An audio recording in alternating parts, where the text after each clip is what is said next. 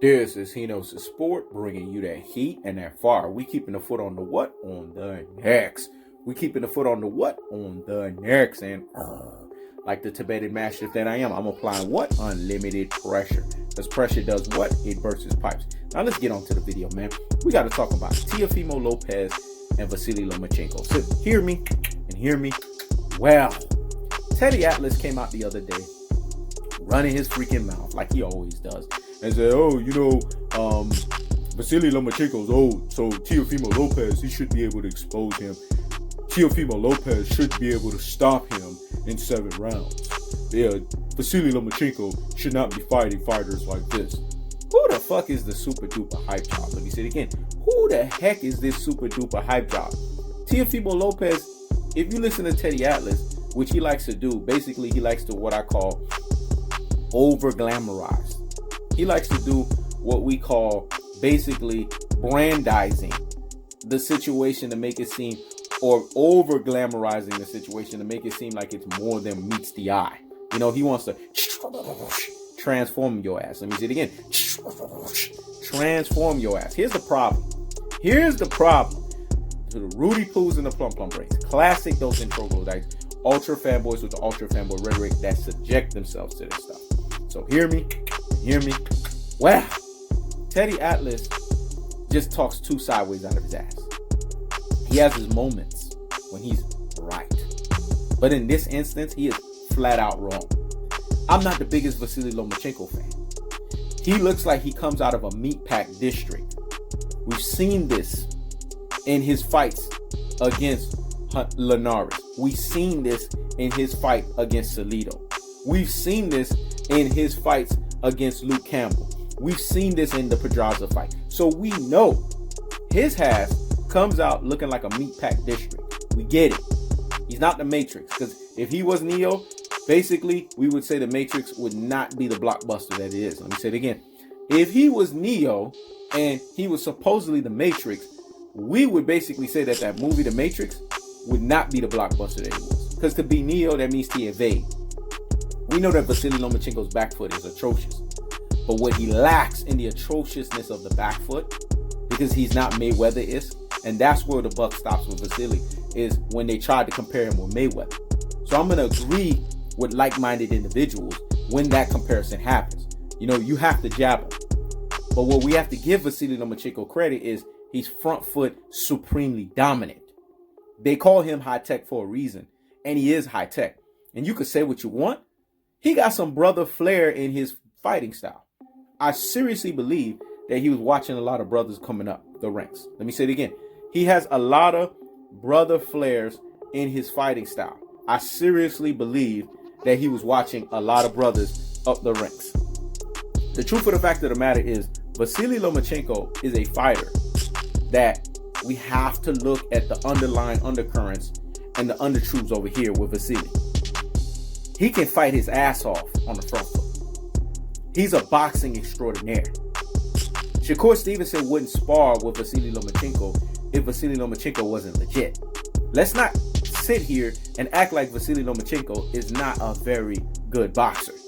Great, that's a whole nother different argument. Nowadays, everybody throws around the word great in any respective sport. We're not going to call Vasily Lomachenko great, but very, very good, yes. Under the bright lights, has he performed well? Yes. Has he performed under stress? Has he performed under pressurized situations? Yes. He's come out looking like a meatpack district, but guess what? He had his hands raised. So you have to give him credit for getting the job done. What has Teofimo Lopez done under the bright lights?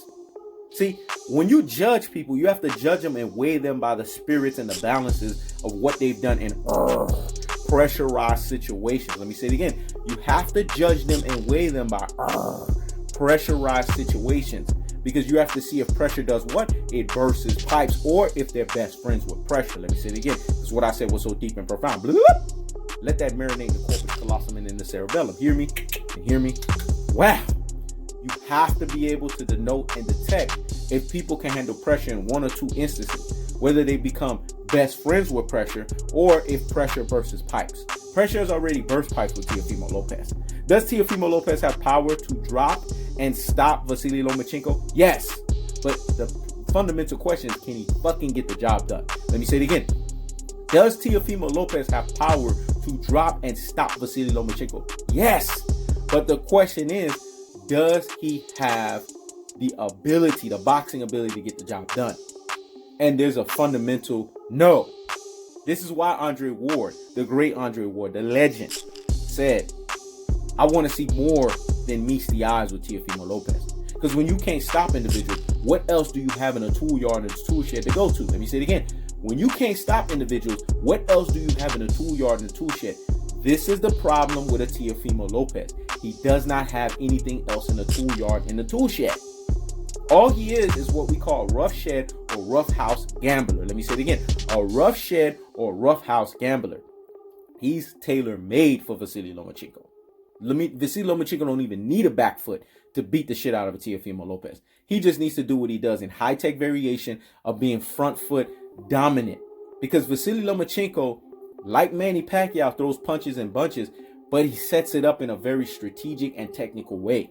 If you do film study on Vasily Lomachenko, you can basically say to yourself, damn, I'm impressed by his front foot game. His front foot game is some of the best front foot dominant game we've seen in boxing, period. That man has a front foot like nobody's business. It's just where he has issues is the back foot. And this is why a Luke Campbell was successful. This is why a Jose Pedraza was successful. This is why a Jorge Linares was successful. This is why Orlando Salido was successful. Because they were able to make Vasily Lomachenko go back. The problem with Teofimo Lopez is he doesn't have the abilities that these guys have. Because Pedraza is a way better fighter than Teofimo Lopez. Linares is more skilled than Teofimo Lopez. Luke Campbell is a way better body snatcher than Teofimo Lopez wished that he could ever be.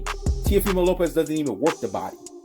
He doesn't do anything that shows you that he is technically and fundamentally sound. What he does is he just throws punches and wishes through a Hail Mary that he's going to knock your ass out. Let me say it again. He throws punches and wishes through a Hail Mary that he's going to knock your ass out. This is why as the competition rose up for Masayoshi Nakatani, his ass got exposed because what did Masayoshi Nakatani do? Kept him at the end of the fucking jab. This is why in the Richard Comey fight, Richard Comey was keeping him at the end of the jab, he was boxing his ass up.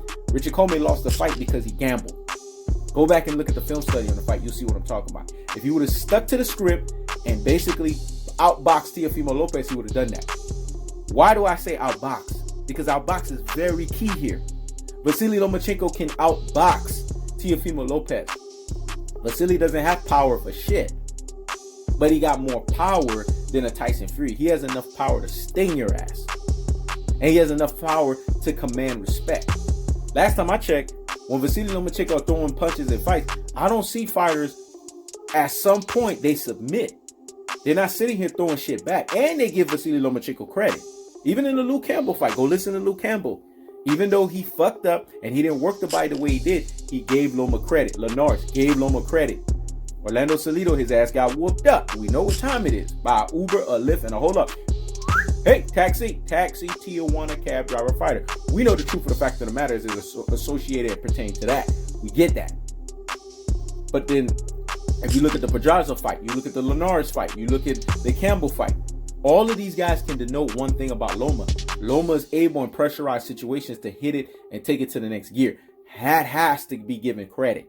And I'm not the biggest Loma fan, but this is what I judge. I judge fighters on the weight and the balances of how they handle themselves in championship rounds.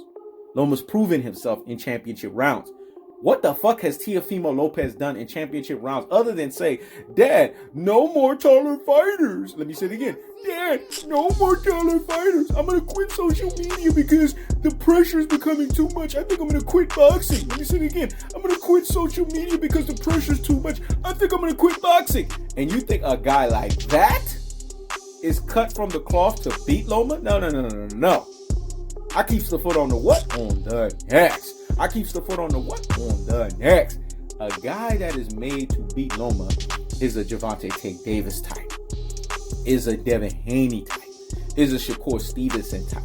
These guys are cut from a certain cloth to where they can expose a Vasily Lomachenko. You know why? Because they also can fucking box. Let me say it again. They can also fucking box. This is the prerequisite you need. The reason why you need the prerequisite to box is because you need to have enough boxing ability to put Loma on the back foot. You got to give Loma that respect. If you don't give Loma nothing else, you got to give him that. Loma has more than enough boxing ability to where your ass needs to know how to fucking box so that you can get his ass on the back foot. Otherwise, he's going to do whatever he wants to do to your ass in high-tech fashion.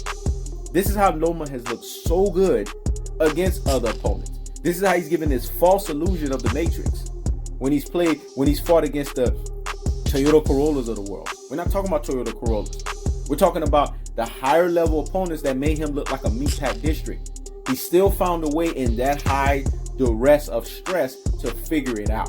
So what the hell is Teddy Atlas talking about? What is these Rudy Poo and these plum brains, classic Dolce and Troglodytes, ultra fanboys with the ultra fanboy rhetoric talking about? Y'all need to do film study on this shit, man. Vasily Lomachenko is going to leave this fight with his hands raised. There ain't gonna be no knockout. He's gonna push this shit into deep waters, something that Teofimo Lopez don't have no idea, no clue about, and he's gonna outbox his ass. And he's gonna embarrass Teofimo Lopez. Because when it comes to the square circle, and it comes to boxing ability, and it comes to ring generalship, and it comes to front foot dominance, Vasily Lomachenko runs circles around a guy like a Teofimo Lopez. Because Teofimo Lopez at best is a roughshod, roughhouse gambler. He's not a fucking boxer. Let me say it again. He's a roughhouse, roughshed fighter, not a boxer. Now that's the cold-hearted, the unadulterated, and cutthroat truth-telling fashion. I keeps the foot on the what? On the X. I keeps the foot on the what? On the X. Hitech will expose this super duper hyped out variation. And that's the truth. This is Hino's Sport. Check it out.